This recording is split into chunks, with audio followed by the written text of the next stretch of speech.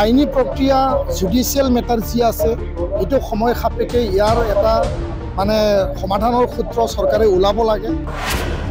আৰু কেন্দ্ৰীয় চৰকাৰ ৰাজ্য চৰকাৰ গৃহমন্ত্ৰী ডাঙৰীয়াকো আমি কৈছোঁ, অসমৰ মুখ্যমন্ত্ৰী ডাঙৰীয়াকো কৈছোঁ যে অতি শীঘ্ৰে NIA কোৰ্ট, CBI কোৰ্ট, কেন্দ্ৰীয় কাৰাগাৰত থকা ৰঞ্জন দৈমাৰী সহ আন 60-70 গৰাকী যিসকল আছে আপোনালোকে সকলোকে মুকলি আকাশত এৰি দিব লাগে। আলফা শান্তি চুক্তি হ'ল, তেওঁলোকৰ কোনো কেডাৰ এতিয়া জেলত নাই। আদিবাসী আৰু চাওতাল চুক্তি হ'ল, তেওঁলোকৰ কোনো কেডাৰ জেলত নাই।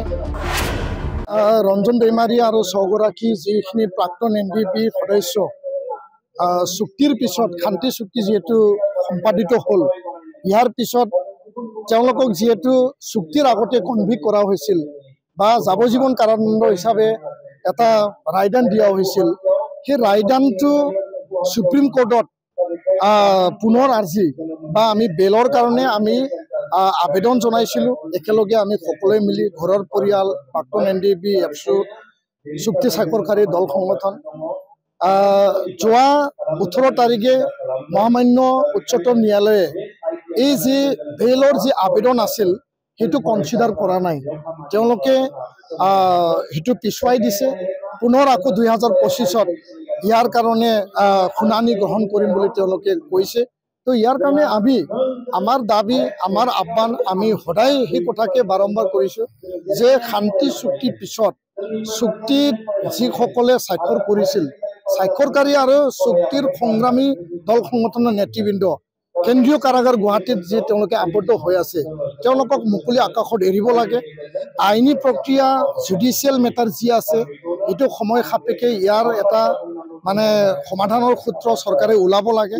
আৰু কেন্দ্ৰীয় চৰকাৰ ৰাজ্য চৰকাৰ গৃহমন্ত্ৰী ডাঙৰীয়াকো আমি কৈছোঁ, অসমৰ মুখ্যমন্ত্ৰী ডাঙৰীয়াকো কৈছোঁ যে অতি শীঘ্ৰে NIA কোৰ্ট, CBI কোৰ্ট, কেন্দ্ৰীয় কাৰাগাৰত থকা ৰঞ্জন দৈমাৰী সহ আন 60-70 গৰাকী যিসকল আছে আপোনালোকে সকলোকে মুকলি আকাশত এৰি দিব লাগে। যিহেতু আলফা শান্তি চুক্তি হ'ল, তেওঁলোকৰ কোনো কেডাৰ এতিয়া জেলত নাই। আদিবাসী আৰু চাওতাল চুক্তি হ'ল, তেওঁলোকৰ কোনো কেডাৰ জেলত নাই।